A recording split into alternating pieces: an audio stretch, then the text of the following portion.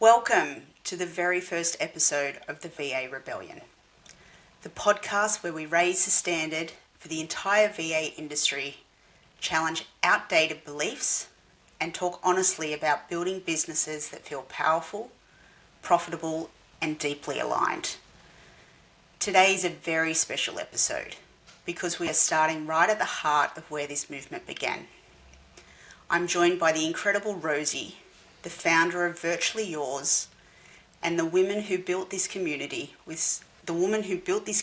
so much heart, courage, and leadership.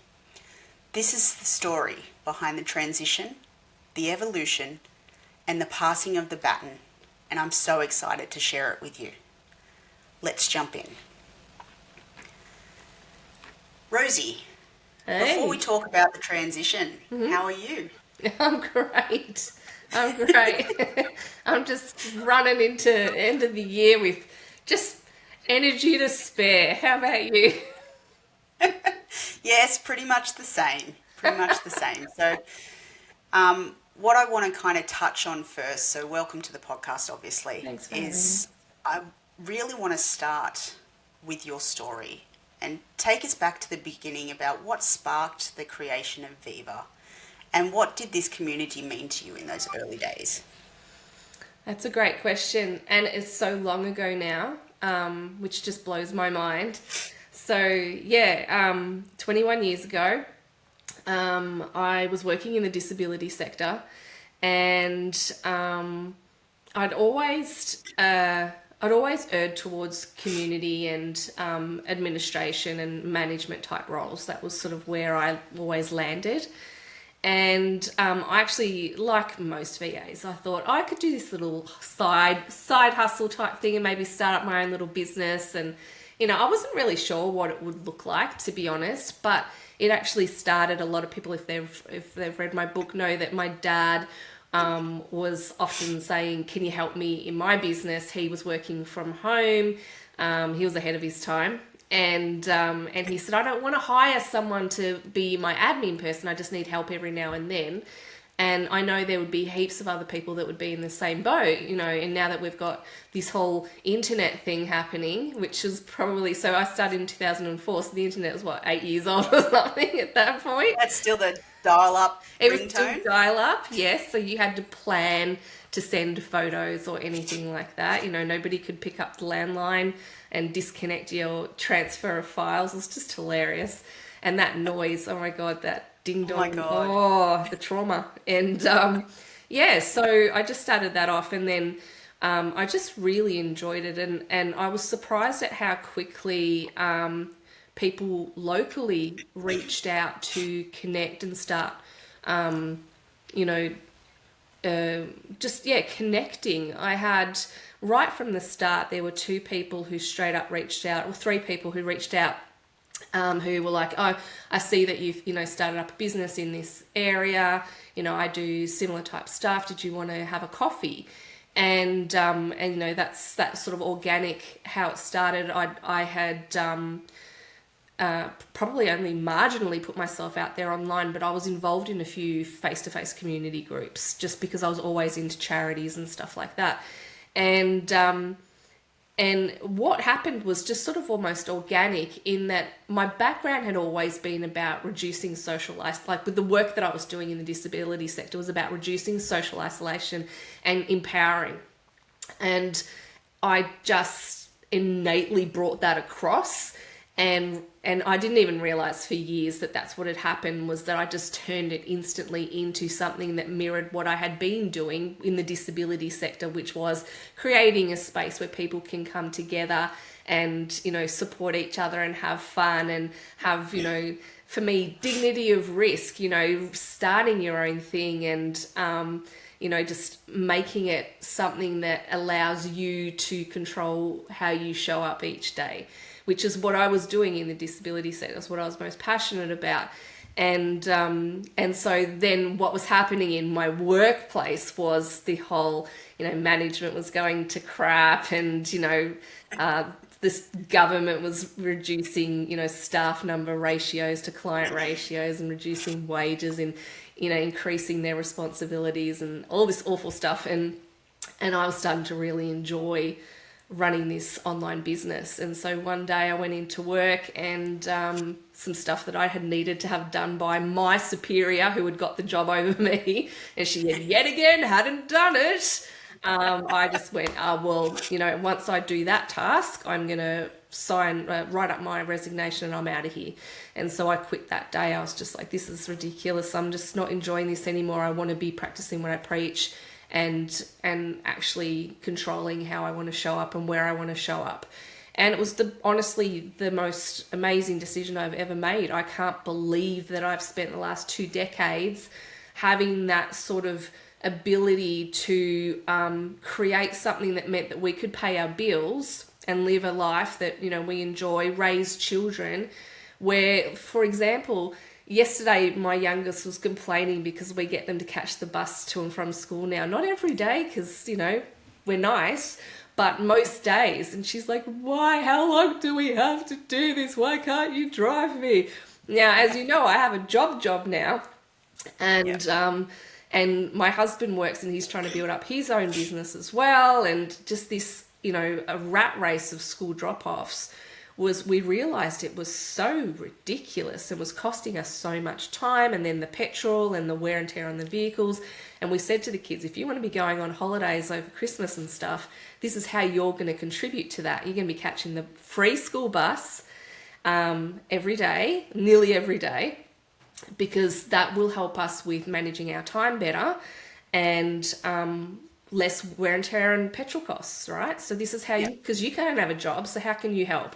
So we've told them that they can do that. And I was saying to her last night, you have no idea how much you've taken for granted the fact that we have both being self-employed, running our own businesses, been there at your whim, picking you up and dropping you off every day from school, doing this rat race crap, and, just, I don't feel well, I want to come home early, all this sort of stuff. And, just this massive flexibility and availability that they've had. And I'm so grateful that they're spoilt in that way. Yes. Yes, I've got to endure it now for a while, but into the backlash of that. But how beautiful for their first, however many years, decade and a bit of life, where they've been able to completely take our availability for granted while we still have money coming in. And I'm working with people who, like, as you know, some of the people I work with drove me bloody nuts. But most of the time, oh my gosh, some of the most amazing people have been a part of, whether it's internally within Virtually Yours or been, adjacent, like people that we've collaborated with and that I've gotten to know through other community network owners or through other businesses that, somehow connect. And massive amount of people that I've been able to meet over the years and get to know and adore, and who I'd catch up with regularly still. So I'm really glad. It's been an interesting filter. We'll probably talk about that later after you leave your business as to what that looks like. Yeah, I would imagine that that probably changes a few things. And how important was that community in those early days? Yeah, it was... it was interesting because I wasn't the first virtual assistant community, obviously, out there. So there were others, and I did join another one that was very, very well known and has done very, very well over the years.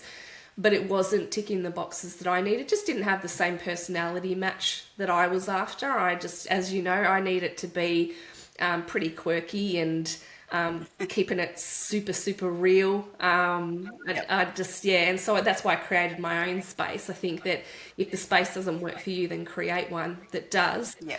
And I've seen people come and join Virtually Yours and then go and create their own spaces too over the years, and that's okay as well. And depending on how it's done, I've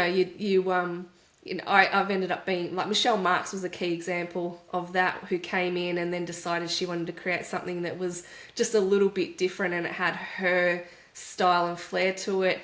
And we created deals where if people were members of both, they got a discount, and, we would be guests on each other's stuff. And I've done that with the Sydney group as well. And, there's really beautiful ways to collaborate. But, having the community at the start was super hard to create the Virtually Yours community, because how do you entice people to a community of one?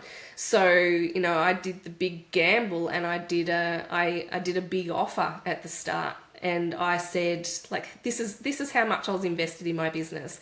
I said, if you do this survey for me, I will give you 1 year free membership. 1 year. So that meant that I got about 70, 80 people, VAs, who I just Googled and sent them the survey and said, this is a new VA community that I'm creating. If you want to test it out for a year, all you've got to do is fill out the survey telling me what you want. And that's how it started. And then I just had to hope like hell that enough of them hang around. And thankfully they did. But as you know, you've got your community that you create, which was my absolute baby, right? My pride and joy. Yes. And I could really be myself in there, but there was also, I needed external spaces to that where I could plot and plan what I was going to do with my space without having that conflict of interest, and and also even just my own therapy groups, so that my members are being supported as best as possible without having to provide me with. They did provide me with therapy. Let's get that straight out there. They did massively, but not as much The benefits as they of the thought. community, right? I needed so much more. Don't we all? Sorry? Don't we all? Oh yeah, it's limitless. So so you have to have a few different community spaces that tick a few different boxes, and that's why I do notice that there's people out there running their own businesses that say, I'm a solo operator, and I don't want to be part of any groups, and I wonder how they manage that, to be honest. Yeah, I think that would be really hard. Oh, I would imagine it would be. I can't imagine doing anything like this on my own. Yeah. Like, I think business in general is one of the biggest personal development journeys that you're ever going to go on. And to do that on your own, I think, is one of the scariest things ever. Sorry, my mic's playing up. I agree completely. I think you have to be... you have to understand and be okay with the fact that you don't tick all of the boxes, and you need other people to come in and help complete you and your mission and help you along. I couldn't have done it without some key people that have been integral supports in Virtually Yours over the years. Kim Bean has obviously been the main one for me over the years, and prior to that, Monique Brugman, who just were constant in their support, and without them, it wouldn't have lasted. I think I would have lost my mind way earlier than I did. And there are other people, and they know who they are. And hopefully catching up with some of them next week. Thanks to Kim, because she's organising it. Love you, girl. Just really, you just got to have them there, because you just can't. It's hard. You don't go into a workplace by yourself all day, every day. It's a psychosocial hazard. So why would you do it when, you're working for yourself? It's crazy. Yeah, It is. Yeah. It is. It's an interesting concept to do that on your own. Yeah. And I get it. There are people out there that are very, like to just keep to themselves, and they're not very extroverted. They're very introverted, and that's their happy place. And, hats off to them, because that's totally not me. I need my support crew. Me too. And I need my community in those areas where I need that expertise, right? And generally they don't cross. So I'm 100% the same as you in that regard, that it has to be split across multiple avenues. Yeah. And usually, someone from Virtually Yours, for example, wouldn't be in those other spaces that I'm in. I was really lucky. A few years ago, I was in a mastermind, and Rachel Allen was running it, and she was running a second round, and she said that there's a few people that are interested in it who are from your community, and it was one where you do go in there and have a cry every now and then and really release. And I said to her, I'm not going to be able to do that. It's not going to be appropriate. I mean, obviously my members have seen me upset and everything, but I need a space that is completely free of my clients. Yes. Which, as much as I love them, they're my clients. And so she split the group for me. She actually Oh, wow. did that because she understood, and I've always appreciated that. I thought that was amazing because, yeah, you need to have your space. Yeah, absolutely. Yeah. And now I want to kind of go back to the next part of this journey that you've been on, and it's kind of the really personal part in the journey, right? Oh yes, strap in, everybody. So let's explain to everybody. At what point did you kind of feel something starting to shift, and when did you realise it was kind of time to take a step back and kind of let Viva not evolve beyond you, but you didn't want to leave it where it was, but you didn't want to close it, and all those different kind of things. What was the thoughts going through your head when this all kind of happened? Oh, it's one of the hardest things. It really is. And as I was going through that, I was in absolute awe of the people I know who have done it before. So let's just say that first up. So if I know you and you have either sold or shut down your business, I was thinking of you. And I was thinking how proud I am and how brave you are, because it is really, really hard. And I did hold on to it for a little bit too long, I think, because I was scared. I was so scared of letting it go. I didn't want to let my members down, but I also knew that in a way I was letting them down because my throat's a little bit funny. I'm sorry, I've got this sexy voice going on today. People enjoy. We all love Rosie's sexy voice. If you haven't experienced before, it is well worth it. Thank you. That's that energy that I have, leaping into Christmas. It was really, I wasn't showing up in my best way, but I was fighting it. I was definitely fighting it. And I remember I was having a conversation with the amazing Leanne Woff, who originally came through and did my training and then became someone I went to for advice, which happened way too often, really. I should be mortified, but no, I'm actually really proud of that. So I went to her for advice, and I'm like, okay, what do I need to do to just kick this back up a notch? And she listed off all these things that I could do. And I said to her, I've done that. And I have, because I've been doing it for 2 decades. Obviously, I've done all of the things. And it wasn't that they didn't work. It was that I didn't want to do them again. I didn't want to. And every time I said to her, I don't want to do that, and I heard it in my head, and I'm like, oh my God, woman, listen to yourself. You don't want to do it. You need to step away. This is absolutely crazy because you're so passionately don't want to do it again. You can't hold on to this. So I started to obviously put that energy out there because that's how I believe things work. And as you know, I was talking to someone else who was interested in taking over Virtually Yours, and that didn't pan out for a number of different reasons. And I think that that was the steps that needed to be taken so that I could get to where I needed to be. And that's all good. Everything, part of that is how it was meant to be. And then I got that call from you, and oh my God, did you steamroll me? Did you give me a second to breathe? No, from the moment that I said, what about Virtually Yours, when you were looking for a business to buy, it was all over, wasn't it? It was. Yeah, it was done and dusted. It was just a matter of detail after that. I was at work and I'm going, what the hell is going on? This woman wants all of this info last week. And I'm still sitting here going, is this happening? I don't know if this is happening, but I just thought, you know what? I'm just gonna, ever since I started Virtually Yours, one of the first things that was given to me when I left my job was the book, Feel the Fear and Do It Anyway. Yeah. Right. And while I didn't do that the whole way through my business, I did it quite a bit. And with this, I totally did. I was just like, something has to change. The universe has set you up with a job that's going to make it so that you can do this. So I was at my job, and yes, my job is bloody hard and stressful, but, excuse me, it was there. It was the backup I needed that was stopping me from taking this step prior to that. So I couldn't have done this because I was like, well, how am I going to, I can just jump into another business. I need the consistency of an income.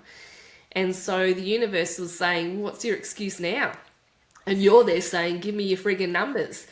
And, and my poor bookkeeper's going, what are you doing to me?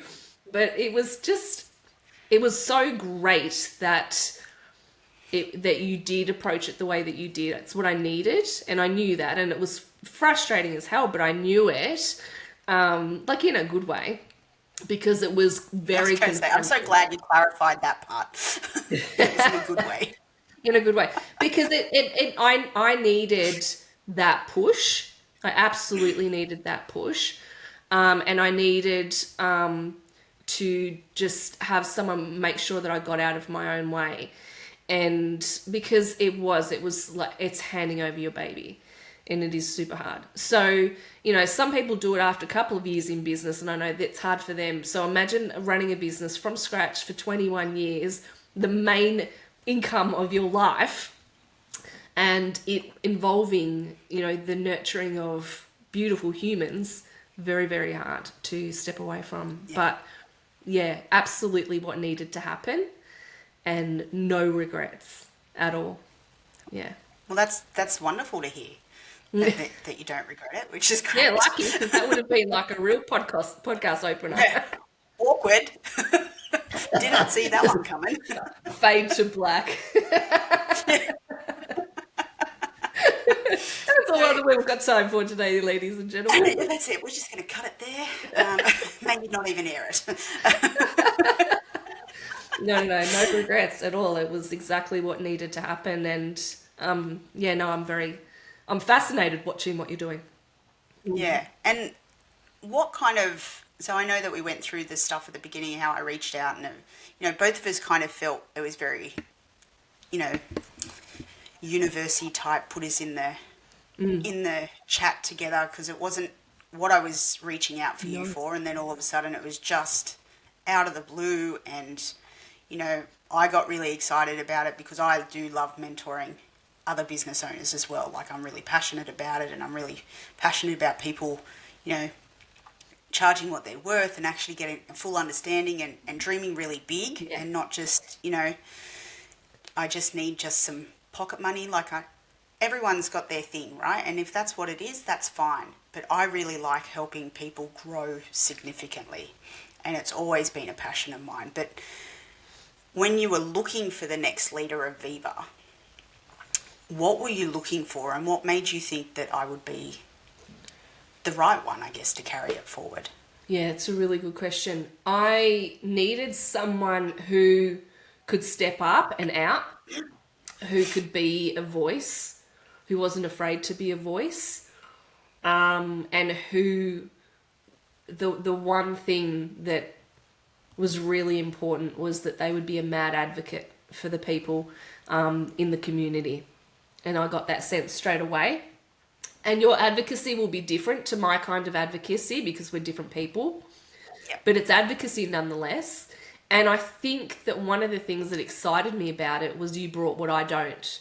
So even though it changes the energy and the dynamic of Virtually Yours, I've always been a big believer in bringing in what you don't excel at. And mine, for me, it was all about confidence and having that space to just make your business what you want it to be, how you want to show up every day.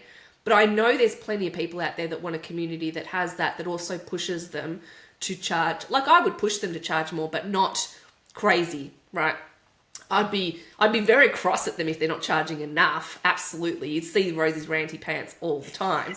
But in terms of getting them to scale and all that sort of stuff, I'm more likely to get them to rein things in and systemize and streamline. And so that's great for some people, and other people it's not. So for them to look at it from, like, have other ways of approaching things coming in, to me that was actually really great. I didn't need a doppelganger. I don't need another me. We need something new, different skills, different experience. So that was big. And I think just new energy. Like I had lost the energy for it, and I felt that energy. So that was big too. Nice. Awesome. I do really, I think that, yeah, there are some of those things that I probably do quite well. And scaling especially, like you've seen this year that in my business that I had before I acquired Virtually Yours, Yeah. in the space of about 6 months, I went from one team member to 8. Yeah. So when it comes to scaling and growing a business, I certainly have a fair handle on how to do that. Yeah, exactly. And how to grow and, hit multiple six figures and do all those things that, I hate when people pitch that shit, right? Yeah. If I hear another, I can do multiple six figures, I'll teach you how, I will die. But, like, I'm not sharing that information to get people to join to get to that, right? It's just, that's how my business has evolved and what I envision I can help other VIVA members get to if that's what they desire. Yeah. It's not the only thing to desire, and that's the thing. No, that's it. Yeah. Absolutely. But I also don't want them to come in there and just think that they can only just get capacity. Yeah. Or strive for capacity. Like one of my big things is when, like, what's your goal? Well, I want to be working 40 hours. Why?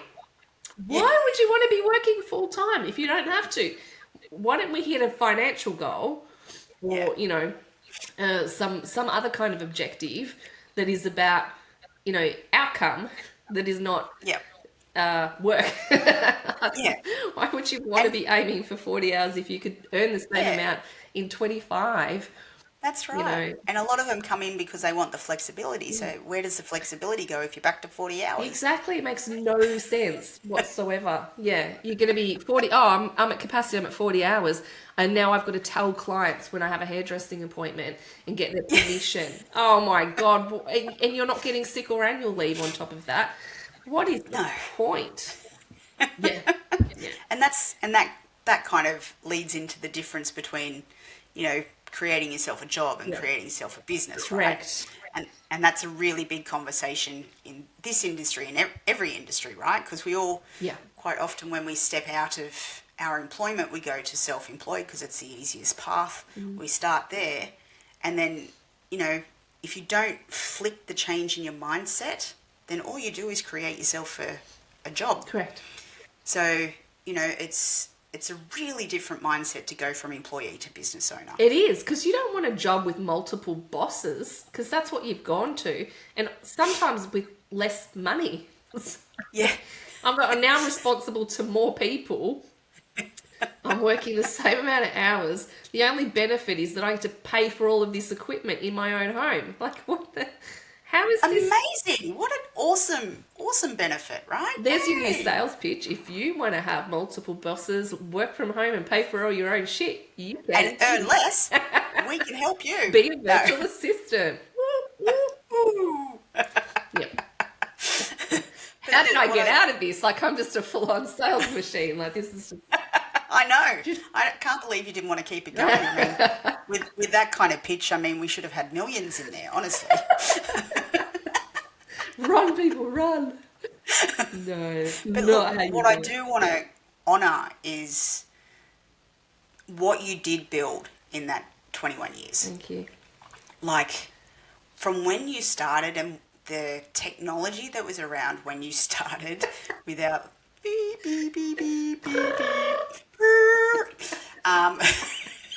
And all the young ones are never going to know what we're talking about there, but everyone else will. Yeah, they don't. But having that level of technology and building to what you've become to the end of before you passed over Virtually Yours is just an absolute credit to you. Oh, thank you. Like, I think there was one of my favourite parts of Virtually Yours was Rosie's Ranty Pants. Was my absolute favourite. And I have renamed those episodes because I have them too. So I had to do... I've renamed them for fuck's sake. That's my version of Rosie's Ranty Pants, where I get in there and I just go, for fuck's sake, what the hell are you thinking? I've witnessed this in our play and I love it. I approve. Absolutely approve. And because I do swear quite often, and you know, it just fits me perfectly, really. There's no Well, I no hope other you've way left the around it. warning on the Zoom room for everybody, and I you have. have that there will be plenty of Yes. swearing occurring in this room. Yes, Yes, you know. yes, absolutely.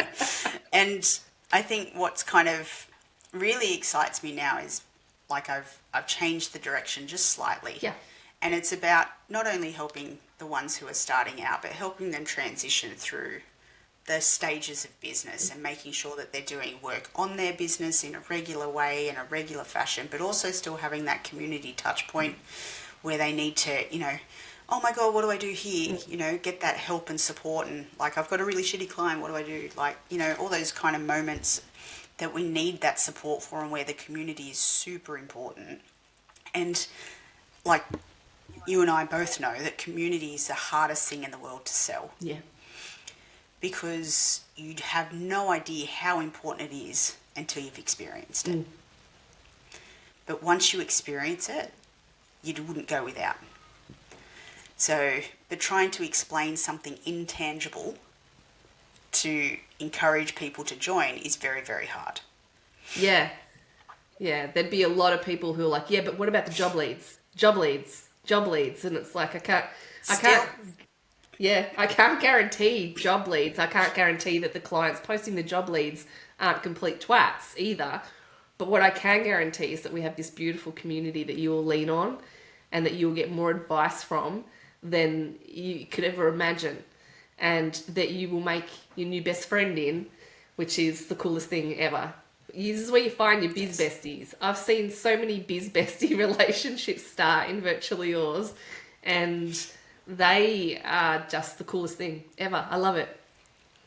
and the collaboration is just fantastic. Like, there's no competition. Like, no one's, oh no, that's mine. Like, there's quite often they'll put a shout out in the community and go, oh, I need some help with this.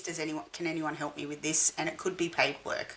So it's not just about the job leads that come in from external. There's also Oh, no. that opportunity to build it internally.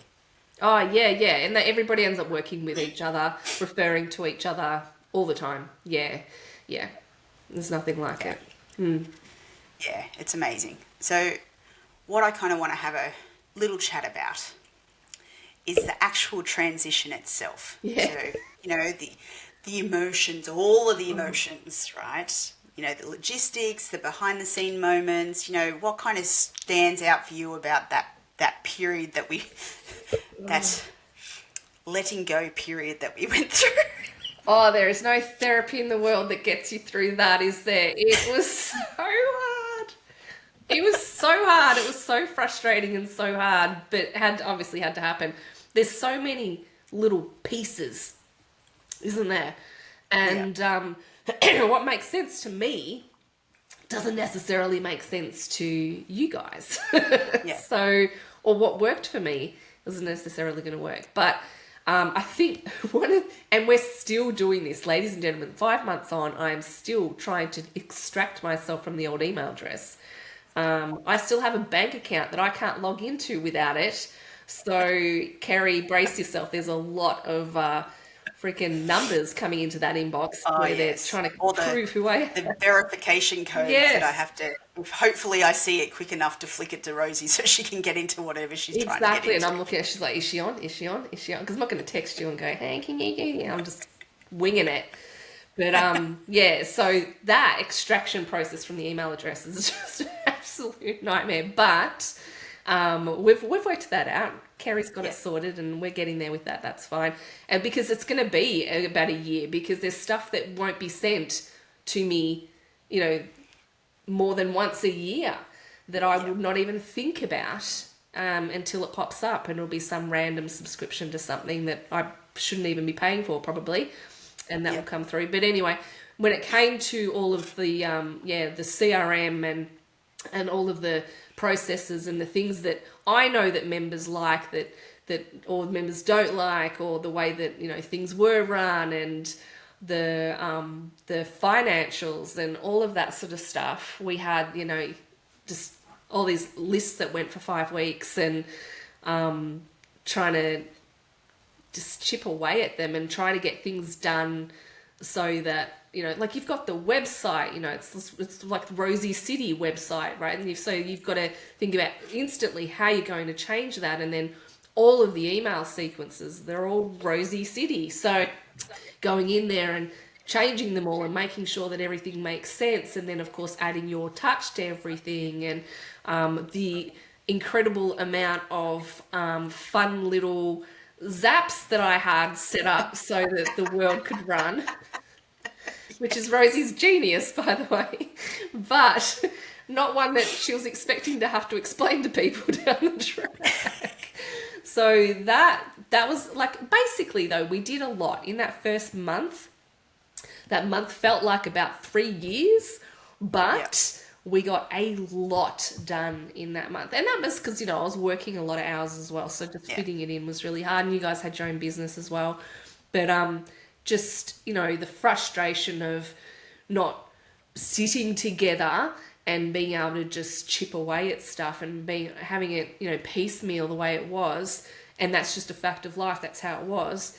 Whilst also each step being a releasing of my baby. It was like the slowest placenta release in the, you know, history of mankind. I can't believe I'm describing it like that, but it was like just slowly ripping it away. And then I'd be like, okay, I'm going to leave the CRM now. And I would press the thing for me to leave whatever software program it was. And I'd probably have a little cry. And then I'd be like, I need a therapist. And yeah, it was... Poor kid was just getting all of these messages from our like, this is horrible, and yeah, my family's just like, okay, just step away. He's going through a thing. And then after a bit, I was like, oh, we're all good now. Which was just really great. It just stopped after a bit. So it was, I reckon probably about a month, and so a month of that release of the handover. And I'm sure it was both of us losing minds with each other, like it was just really hard. And then about 2 or 3 weeks of just seeing the stuff that you guys were posting that wasn't me, and every time seeing my stuff being used online, which was weird because it was out of my control. Like, you know, when I left the Instagram account and the Facebook account and all that sort of stuff, and things were being posted, I'm like, it's not me, it's not my face. That was really, really hard. And then it just stopped being hard. And yeah, now it's completely fine. Thank God. Yeah, I know. I remember we had quite a few like messenger chats about, you know, the emotional part. Really hard. Through each part of the step, you know, even before contracts were signed and, you know, everything was, the handover kicked off, there was like lots of that. It's okay. It's all right. I will take care of it. Like, you know, it's all right, like we're not going to move fast. And we didn't change a lot of the stuff for a few months because I wanted to honour and respect the fact that I knew that for you, this was a really big thing. I appreciate that. And, you know, it took me a while because I wanted to get a feel for the community as well, where they're at and, you know, what they need. So I didn't want to change anything. And, you know, a lot of people don't necessarily like change, so I wanted to keep it pretty much exactly the same until I knew what needed to be done. And that was super hard for you too, though, because you're stuck between a rock and a hard place. You know, you've got people who don't want it to change, don't want it to change hands, but then also are like, well, what are you going to do? And, you know, so it's like, well, I don't want to come in and make all these big changes and shock everybody, but then I'm not allowed to not do anything either and let it do what it was doing. And so, you know, just taking over a community is really hard. Mentally draining, a lot of pressure, different opinions come. Some people are like, cool, this is sweet, no problem. And then other people like, well, you need to prove yourself to me. And so you were hit with that pretty quickly. And that's one of the reasons why I wanted to be able to hang around for a bit, was just to be like, okay, no, well, this is where it's at. And to be a little bit, without it being my business anymore, but a little bit of a buffer. Because, I mean, we've seen that before. My husband's taken over a business as well that was a fitness community. Yeah. And we had to be very careful of where people were coming from emotionally, because each of them have a different journey. Each of them have different views of me or my experience that or ways that I've impacted them. Some of them are like, who cares if Rosie's leaving? Actually, nobody thought that. No, I'm just kidding. No, they didn't. Actually, nobody did. Okay, I'm sure there would be one or two, but yeah, there would have been some there who were like, okay, this is the person that I lent on a lot, and who I'm not quite sure how this feels now. Like, has she left me? And which is another reason why it took me a while to leave, because ego aside and everything, we're like, that was my job, was to be there for them, and I chose that as my job. I wasn't doing it just because I was paid. I chose it. I wanted to do it. Yeah. And so, yeah, when you take that away from someone and go, hey, here's the new boss, come in. It's always going to ruffle some feathers. So, yeah. Yeah. So And for you, it believe was, me, it certainly did. tell I us can, about I that, can, Kerrie. yeah. How did you deal with that though? Like, that's Oh, look, I hard. think I had to kind of really, like, there was certainly a lot of, you know, especially in that period where I didn't change anything. There was a lot of, well, you need to tell us what you're going to do, and you need to show us who you are, and why should we listen to you? And I tried to do those Yeah. things, but without, the two conscious sides of it was, honoring, making sure that you were emotionally supported as best as I could during that process, because it was such a big thing, and 21 years is a long time. So, taking a business away from an owner at 12 months is kind of a little bit easier than 21 years, right? I think so. And then the other side of that was, I'm not you. No. I was never going to be you. There are aspects of me that are similar, but I was never ever going to be you. And I think I got quite significant pushback, even to the point of, I don't know, I guess first time I've had my own haters, which is great. Like, doesn't that mean I've made it or something? Yeah. That's the rule. I think that's what it means. But, publicly tell me that I'm not as good as Rosie. I'm, not a good leader. I give terrible advice, and these kind of things that, they bloody hurt. I can tell you they hurt at the time when you go through it. Yeah. But I do understand from a mindset perspective the space that they're in. They lost their support and their leader, and I offer a different kind of support. So my support will always try and get you out of whatever hole that you've got yourself into, and I will push you to do that. I won't allow you to wallow. That's just not me. Yeah. You need to pull your head out of your ass and do something about it. Like, don't just sit there and complain about it. If you want to do that, then I can't help you, because no one can, if that's what drives you. And I think that can be a little bit confronting for others, because some people just want to stay there and they just want to, get their little payoff and complain about it. Whereas, I'm not interested in that. That's never been me.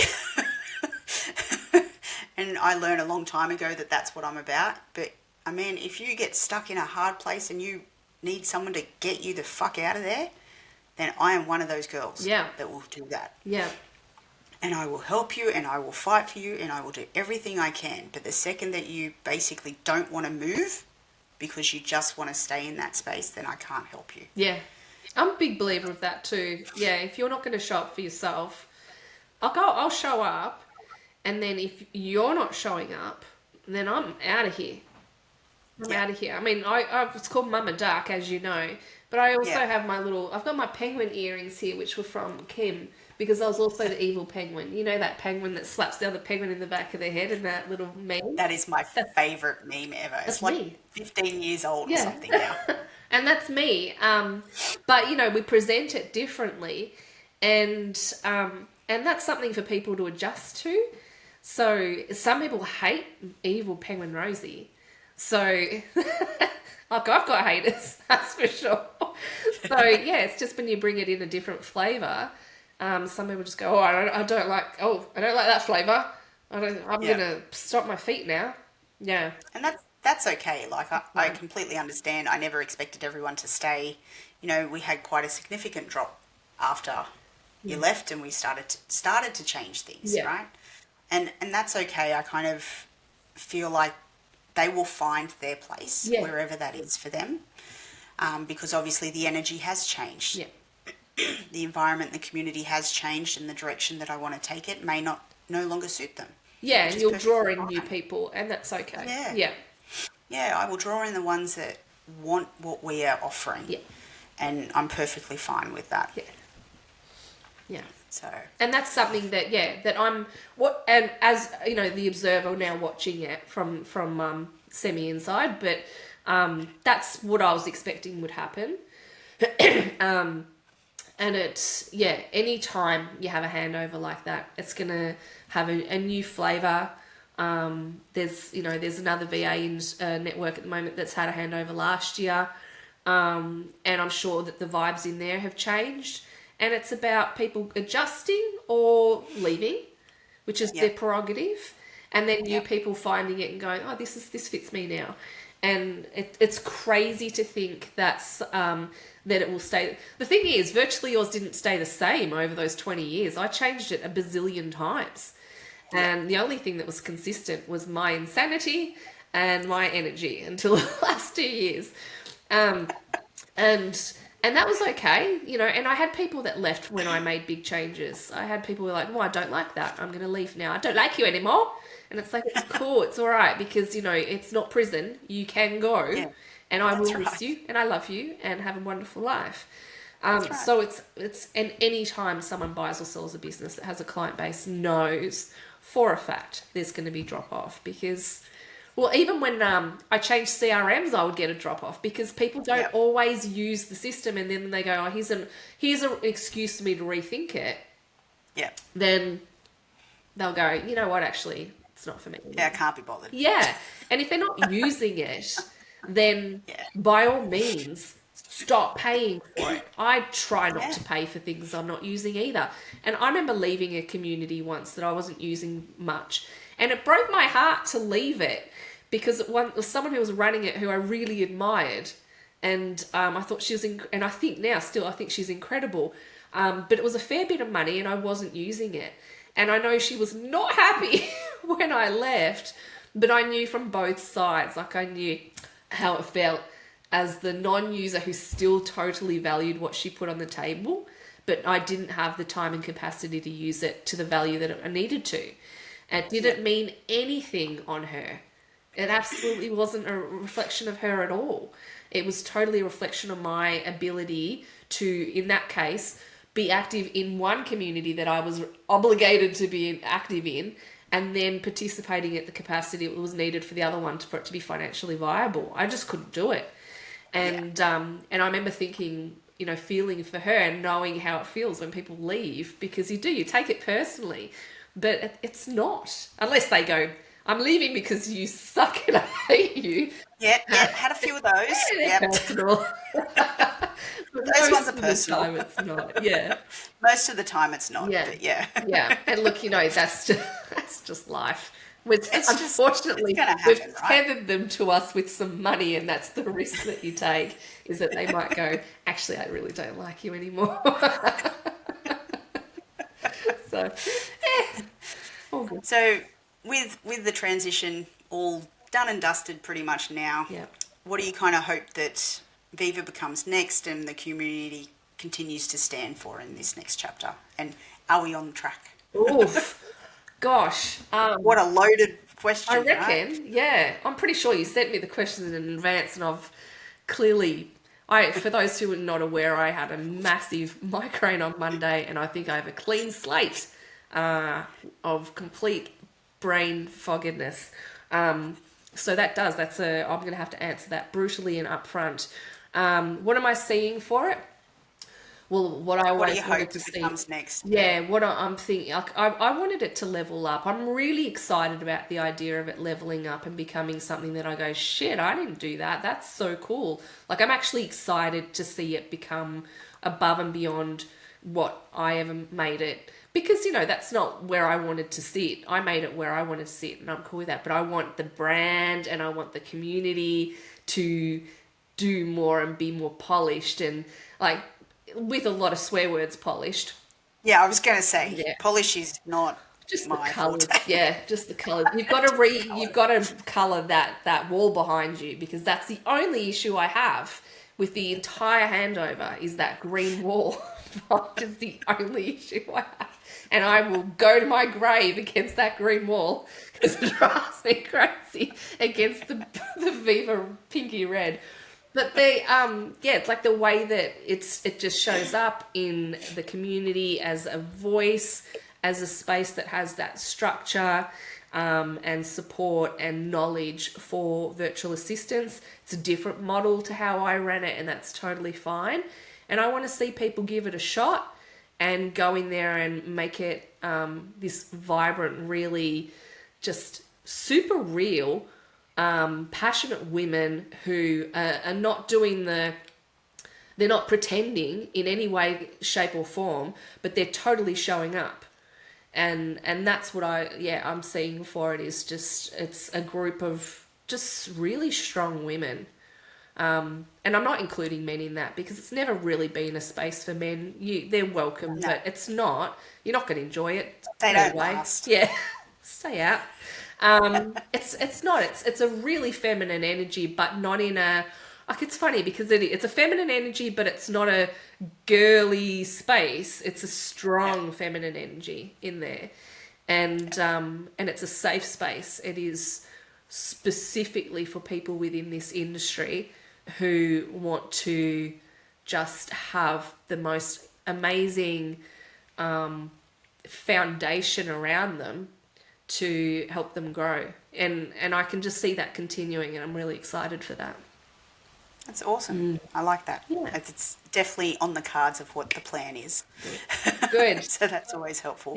So just before we finish up, I just want to kind of touch base. And now that you're no longer with VYVA, what are you doing now? What